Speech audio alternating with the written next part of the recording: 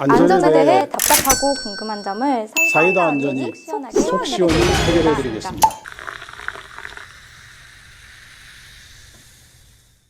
안녕하세요. 사이다 안전의 임영서 원장입니다.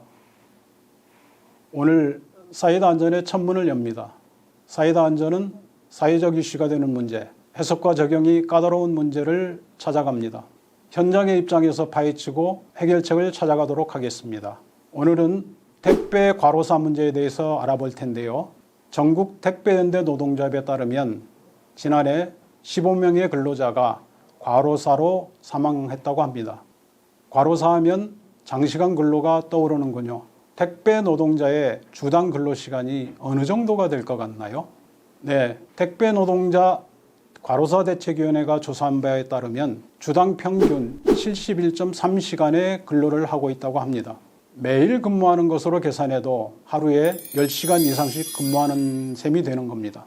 놀랍습니다. 산재보상에서 만성 과로사를 인정하는 기준이 주당 60시간인 점을 감안하면 말 그대로 살인적인 노동시간이라고 할 수 있겠습니다. 네, 근로기준법은 주당 40시간을 초과할 수 없도록 하고 있고 사용자와 근로자가 합의한 경우에도 52시간을 초과할 수 없도록 하고 있습니다. 문제는 대부분의 택배 근로자는 근로기준법상 근로자가 아니라는 데 있습니다. 택배 노동자들은 근로계약이 아닌 위임계약, 도급계약 등을 체결한 이른바 특수형태 근로종사자들이기 때문입니다. 살인적인 장시간 근로를 제공하면서도 법적 보호에서 벗어나 있다는 말입니다. 형식상 도급계약이지만 노동을 제공하는 형태는 일반 근로자와 다를 바가 없는데도 말이죠. 택배 노동자들에게 법적 보호장치가 전혀 없는 것은 아닙니다. 산재가 발생하면 산재보호법의 특례 규정에 의해서 보상을 받을 수 있습니다. 산재보험 가입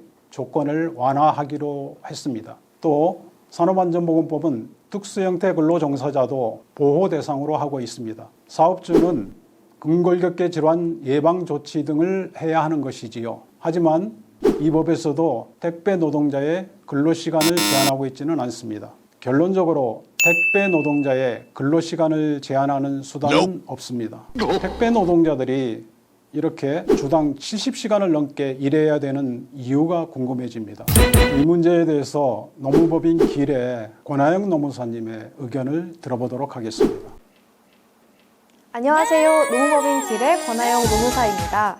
사실 택배기사님들의 업무가 배송뿐이라면 이 정도의 장시간 근로가 필요하진 않을 겁니다. 사실 택배기사님들의 업무 비중의 약 43%가 분류 작업이라고 합니다. 여기서 분류 작업이란 전국에서 모여든 택배를 분류해서 택배 트럭에 실는 과정을 의미합니다. 이러한 분류 작업은 택배기사님들이 대가도 받지 못하고 일하고 계십니다. 여러분 인터넷 쇼핑 많이 해보셨죠? 택배 수수료 하면 인터넷 쇼핑할 때 건당 2,500원에서 3,000원 정도의 수수료가 익숙하실 텐데요. 여기서 기사 몫으로 돌아오는 수수료는 600원에서 800원, 약 30% 정도밖에 불과합니다.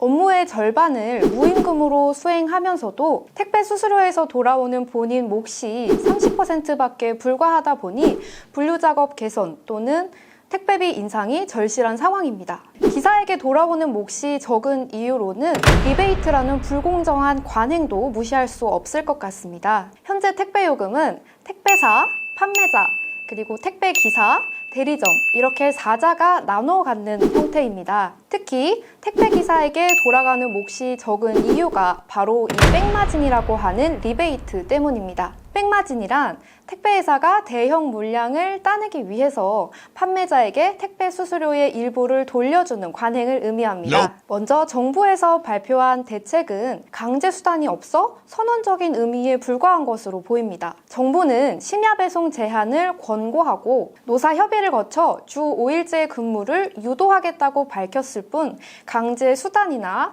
어떠한 구체적인 방침에 대해서는 제시하지 않은 상황입니다. 대책을 제시는 했지만 문제 해결은 택배회사에 맡기고 있다 보니 실제로 이 대책들이 실효성이 있는지는 사실 의문입니다. 배송 물량을 줄이면 택배 근로자의 수입 감소로 이어질 수 있다는 지적도 있습니다. 물량을 줄이는 문제는 택배기사들의 소득 보전과 함께 논의하지 않으면 사실상 아무런 의미가 없다고 보입니다. 문제 해결의 핵심인 택배 비용 인상에 관해서는 정부도 택배회사도 눈치를 보고 있는 것만 같습니다. 건당 수수료를 인상하면 택배 물량을 줄이면서도 적정한 수입을 유지할 수 있기 때문에 굉장히 현실적인 방안이라는 생각이 드는데요. 정부와 택배회사 모두 구체적으로 비용 인상에 관한 언급은 회피하고 있는 실정입니다. 앞으로 저는 사이다 안전에서 근로자 측의 입장에서 이야기를 나눠보도록 하겠습니다.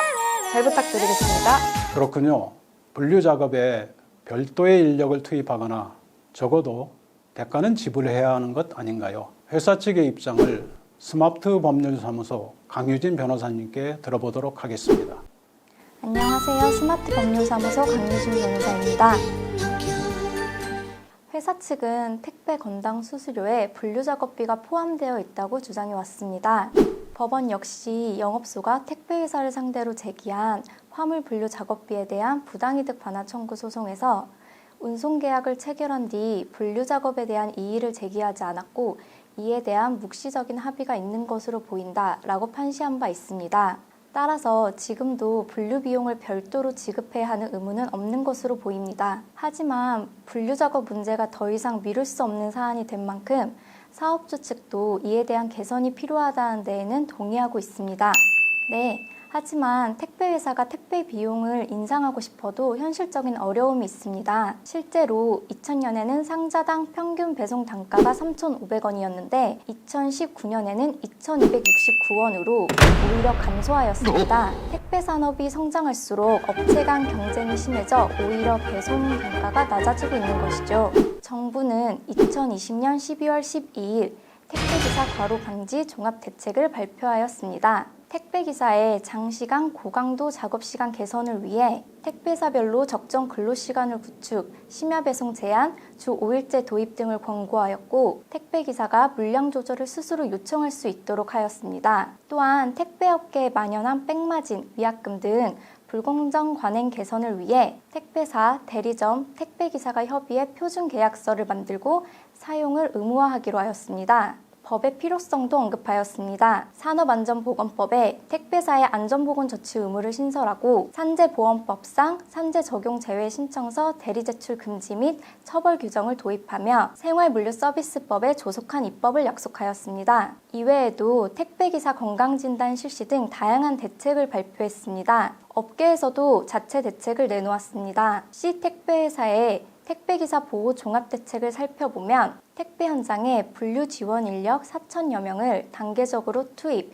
작업시간을 단축해 과도한 근무시간을 조정하고 산재보험 가입 의무화 및 자동화 시설 확대로 작업 강도를 낮추며 상생협력 기금을 마련, 복지 확대를 추진한다는 것이 주요 골자입니다. 다른 택배 회사들도 이와 유사한 자체 대책을 내놓고 있습니다.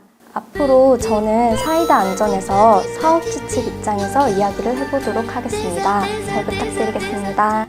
예, 두 분의 의견을 들어보니까 앞에서 언급됐던 문제점들이 대부분은 포함된 것 같습니다. 그런데 아직도 해결해야 될 문제점들이 많이 남아있는 것 같습니다. 성과도 있었습니다. 택배 상자에 구멍을 내는 것인데요. 우체국에서부터 시작해서 업계로 확산하고 있습니다. 개당 220원이 더 들어가지만 상자를 옮기는 부담을 10% 정도 감소시킬 수 있다고 합니다. 마트산업노조에서 줄기차게 요구해서 2019년 10월 국정감사에서 고용노동부 장관이 대형 마트에 산자 손잡이를 마련하겠다고 답한 지 1년 만입니다. 시간이 걸리긴 했지만 의지만 있으면 해결이 가능하다는 걸 보여주는 좋은 사례라고 할 수 있겠습니다. 이제 정리를 할까 합니다. 택배 과로사 문제를 파헤치면서 뭔가 답답하다는 생각이 듭니다. 문제는 뻔히 보이는데 대책은 주의를 맴돌고 있다는 생각이 듭니다. 분류 작업부터 상자 손잡이까지 근본적인 해결을 위해서는 돈이 필요합니다. 이 뜨거운 감자를 누구도 감당하지 않으려 하고 있습니다.